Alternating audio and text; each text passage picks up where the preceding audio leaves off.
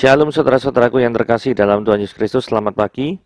Renungan kita pada hari ini diambil dari Yesaya pasal yang ke-51 ayat 7 sampai yang ke-16.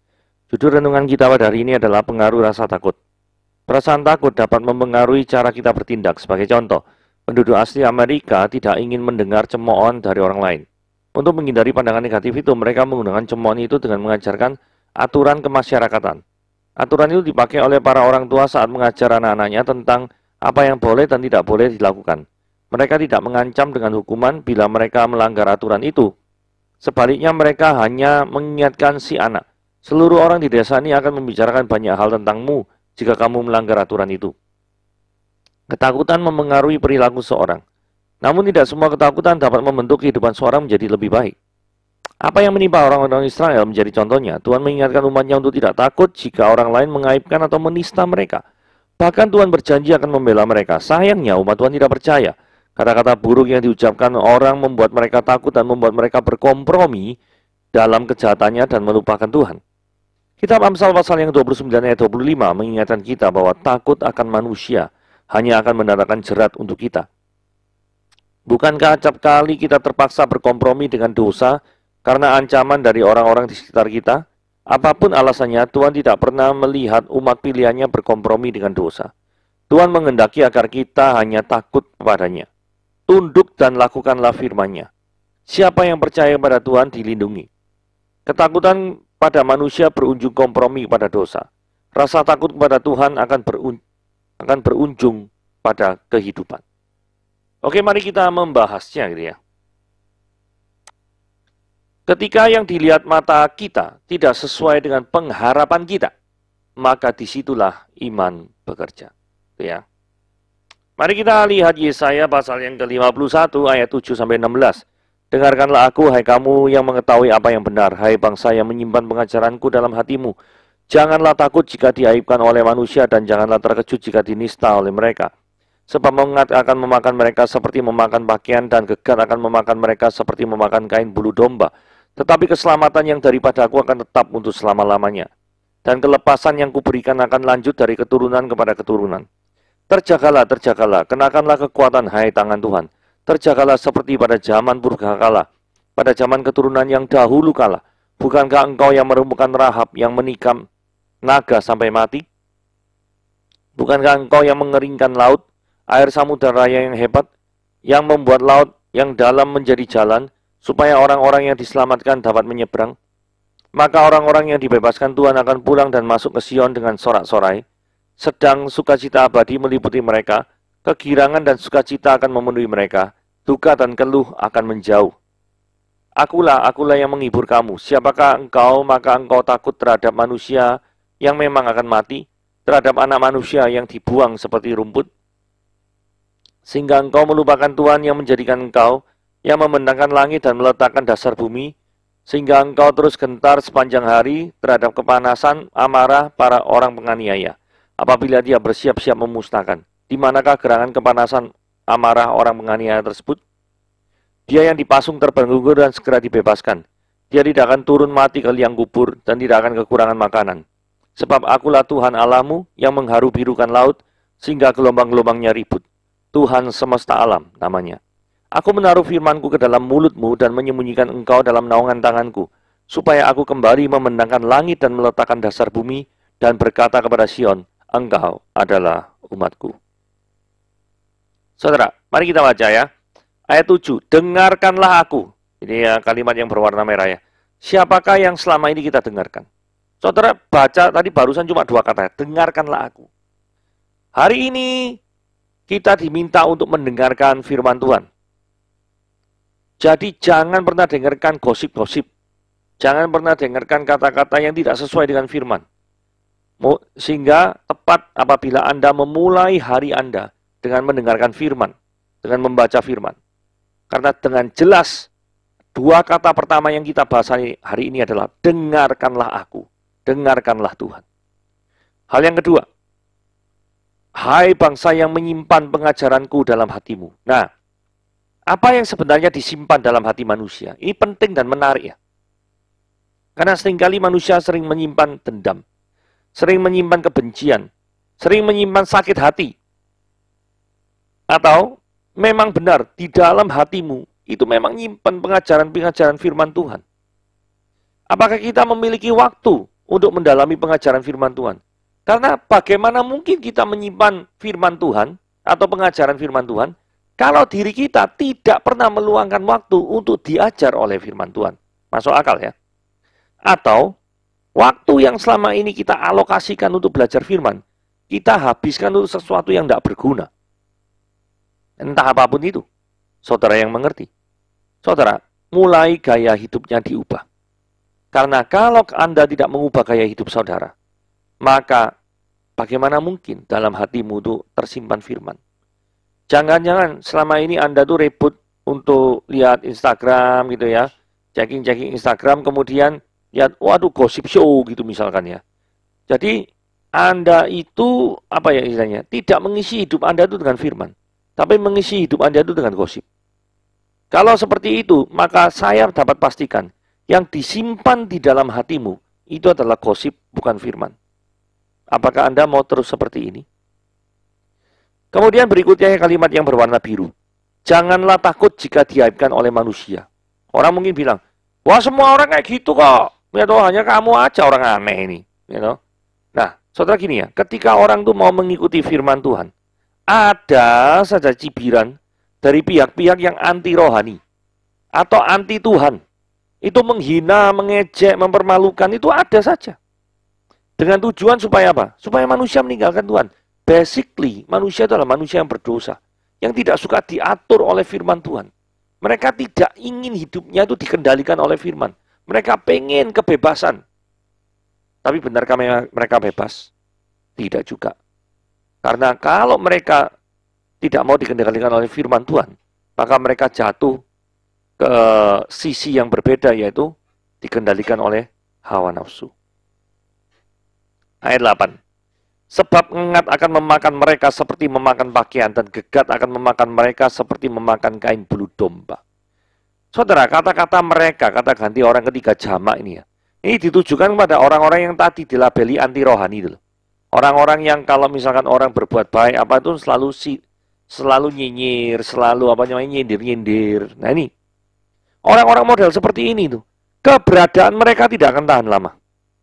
Eksistensi mereka tidak akan tahan lama. Tetapi apa yang diberikan dari Tuhan itu bersifat kekal. Saudara baca ayat 8 yang kalimat berwarna hitam. Tetapi keselamatan yang daripadaku tetap untuk selama-lamanya. Dunia tidak mungkin menawarkan keselamatan. Dunia menawarkan daripada ini hal-hal yang sementara, hal-hal yang fana. Tuhan menawarkan keselamatan. Dan kelepasan yang kuberikan akan lanjut dari keturunan ke keturunan. Saudara, kadangkala yang bersifat sementara itu sangat menggoda ya. Contoh misalkan ya, tergoda untuk investasi uang ke robot. You know? Terus kemudian bermain api dengan pelacur. Saudara tidak memperhatikan efek jangka panjangnya. Ya, uang bisa tergerus dengan tak terkira. Rumah tangga bisa hancur berantakan. Kinerja bisa hancur karena tidak fokus terhadap pekerjaan. Akibat sering main robot mungkin. Atau mungkin akibat rumah tangganya carut-marut. Sehingga akhirnya karir bisa hancur juga. Atau karena pengen mendapatkan uang cepat, main judi bola. Ya, main judi bola tidak karu-karuan, uang bisa habis. Jadi kalau misalkan Anda seperti itu, maka nasib anak-anak itu akan terkena imbasnya. Yaitu melihat orang tuanya mungkin akan bercerai gara-gara permasalahan yang menggunung. Uang habis, kena robot. Terus kemudian keluarga tidak harmonis karena bermain dengan wanita lain.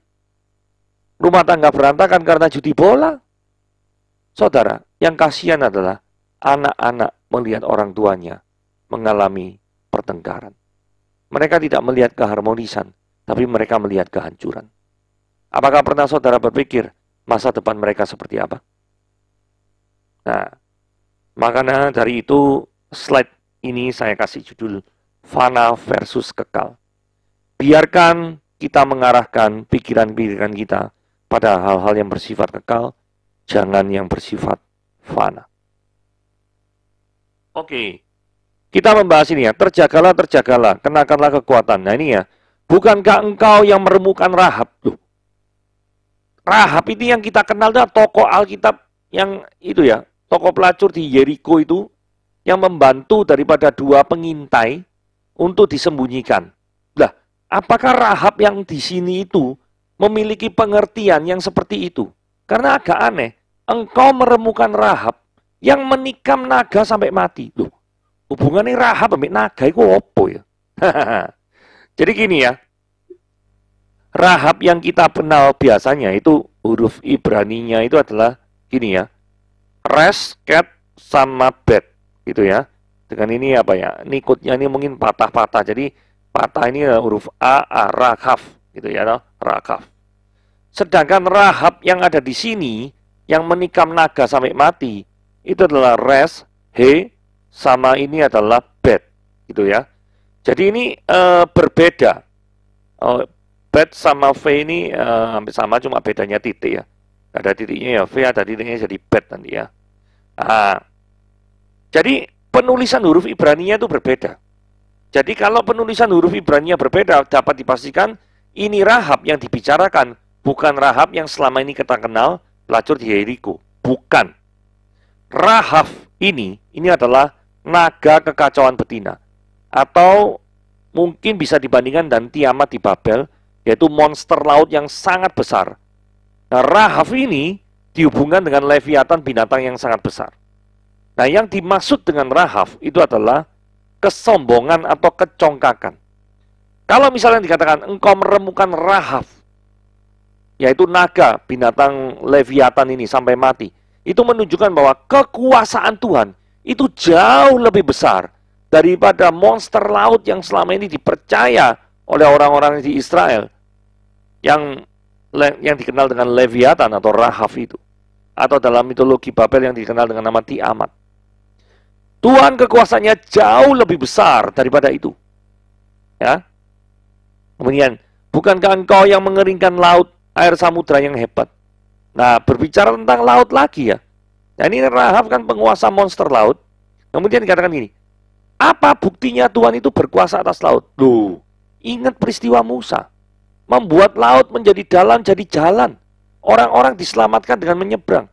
Jadi ayat 9 dan ayat 10 ini berbicara tentang laut, samudra. Mungkin orang dulu melihat laut atau samudra itu kan besar sekali, luar biasa. Barang siapa yang bisa menaklukkan laut dan samudra, itu dipandang berkuasa, maha besar dan luar biasa. Dalam hal ini, Yahweh, Yehova, perform miracle and wonders pada waktu zamannya Musa. Jadi dua ayat ini menunjukkan kekuatan Tuhan untuk mengatasi permasalahan kehidupan manusia. Nangkap ya sampai di sini ya. Oke, kita lanjut. Janji Tuhan yang membawa sukacita. Maka orang-orang yang dibebaskan Tuhan akan pulang dan masuk ke Sion dengan bersorak-sorai. Ya. Dari pembuangan kembali ke Yerusalem. Tak ada hal yang diharapkan oleh penduduk Yerusalem ya, kecuali kembali ke negerinya dan membangun kembali kebanggaannya, yaitu bait suci. Saudara, kemudian yang menarik di sini adalah berulang-ulang frasa sorak-sorai. Yang kalimat merah dia, sukacita abadi. Terus duka yang menjauh, keluh yang menjauh. Ini sebenarnya maknanya kan sama ya, frasa-frasa ini ya. Cuma cara penyampaiannya yang berbeda-beda. Disajikan dalam satu teks. Tujuannya untuk apa? Untuk menunjukkan betapa sukacitanya ketika Tuhan itu membawa bangsa Israel pulang ke Yerusalem. Tujuannya itu. Nah sekarang, ketika kita sudah tahu fakta ini ya, yang paling membuat sukacita bangsa Israel itu adalah ketika pulang ke Yerusalem, bangun bait suci. Maka yang kalau ditarik kesimpulannya dalam kehidupan saudara, apa sing paling Anda itu bersukacita? Apakah melihat tim Anda itu masuk Piala Champion bersukacita? Ya. Tapi apakah itu yang paling bersukacita? Apakah melihat tim sepak bola Anda juara dunia itu bersukacita? Yes, of course. Tetapi apakah itu yang paling bersukacita? Ketika melihat bahwa Anda bisa mungkin membeli rumah atau mobil dengan hasil kerja keras selama ini, apakah itu bersukacita? Yes, of course. Tapi pertanyaannya paling dalam lagi. Apakah itu yang paling membuat Anda bersukacita. Anda dapat renungkan pertanyaan ini. Ayat 12. Akulah yang menghibur kamu. Saudara, dalam menghadapi tekanan di tempat pembuangan, maka akan jadi pengharapan itu Allah sendiri. Apa yang bisa diandalkan ketika bangsa Israel ada di pembuangan? Apa yang bisa dibanggakan ketika bait suci sudah dihancurkan? Tidak ada. Yang bisa diandalkan dan bisa menjadi penghibur adalah Yahweh, Yehova sendiri. Pertanyaannya gini, haruskah kita itu ya kehilangan segala-galanya terlebih dahulu, terus baru kita mau mengandalkan Tuhan sebagai satu-satunya penghibur yang bisa kita andalkan? Atau sebaiknya, sebelum semuanya ini terjadi, maka kita sudah mengandalkan Tuhan dari awal. Saudara mau pilih mana? Bukankah lebih baik pilihan yang kedua? Sejak dari awal, Anda sudah mengandalkan Dia lebih dari segalanya. Takut berlebihan pada manusia itu mengakibatkan rasa khawatir. Padahal Tuhan yang menciptakan manusia itu ada di sisi kita. Ini membahas kalimat yang berwarna biru ya. Siapakah engkau? Maka engkau itu takut terhadap manusia yang memang akan mati. Loh, ini manusia ambil manusia, loh, bisa takut. Padahal Tuhan yang menciptakan manusia itu ada di sisi kita. Ya toh? Mengapa kita tetap harus takut kepada manusia yang tidak percaya pada Tuhan? Siapa yang lebih besar? Manusia atau Tuhan? Kadang ini logikanya kebalik-balik. Ketika hati kita terus gentar dan pertolongan Tuhan terasa jauh. Saudara, ayat 13 sekarang ini. Sehingga engkau terus gentar sepanjang hari terhadap kepanasan amarah orang menganiaya. Saudara, Tuhan memang izinkan peristiwa yang tidak nyaman dalam kehidupanmu. Mungkin Dia ingin menghajar kamu, menghajar kehidupan Anda, mendidik Anda menjadi next level, menjadi yang lebih baik lagi. Maka ketika mata kita tidak melihat, atau ketika mata kita melihat ketidaksesuaian antara kenyataan dan pengharapan, maka disitulah iman itu bekerja. Roma 8 ayat 28 dikatakan gini, kita tahu sekarang Allah turut bekerja dalam segala sesuatu untuk mendatangkan kebaikan bagi mereka yang mengasihi Dia. Ini janji Tuhan. Tidak mungkin Tuhan mengingkari janjinya. Kalau firman Tuhan berbicara Allah turut bekerja, maka Dia memang turut bekerja untuk mendatangkan kebaikan bagi kita. Yeremia 29 ayat 11. Sebab ini aku mengetahui rancangan-rancangan apa yang ada padaku mengenai kamu. Demikianlah firman Tuhan. Yaitu rancangan damai sejahtera dan bukan rancangan kecelakaan. Saudara perhatikan ini baik-baik. Rancangan damai sejahtera, bukan rancangan kecelakaan. Untuk memberikan kepadamu hari suram, bukan. Tapi hari depan yang penuh pengharapan. Saudara, ini janji Tuhan dalam Yeremia 29 ayat 11. Saudara kalau perlu tahu konteksnya Yeremia 29. Ini bangsa Israel juga ada dalam pembuangan. Sehingga ketika Tuhan melihat bangsa Israel ada dalam penderitaan, penganiayaan, pembuangan, Dia mengatakan, rancanganmu tetap rancangan damai sejahtera.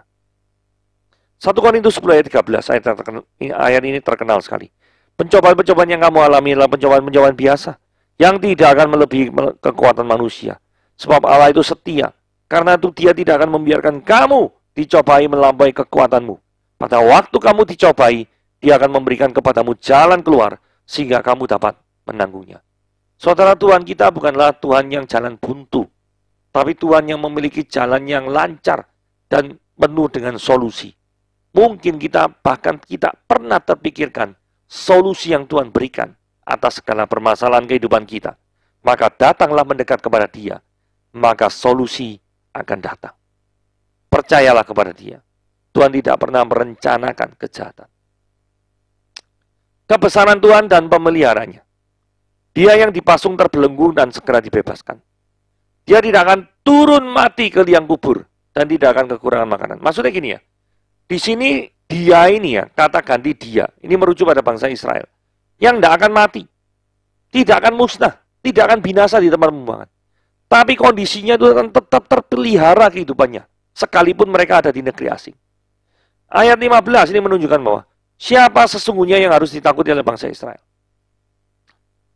Sebab aku Yahweh Allahmu yang mengharu birukan laut sehingga gelombang-gelombangnya ribut.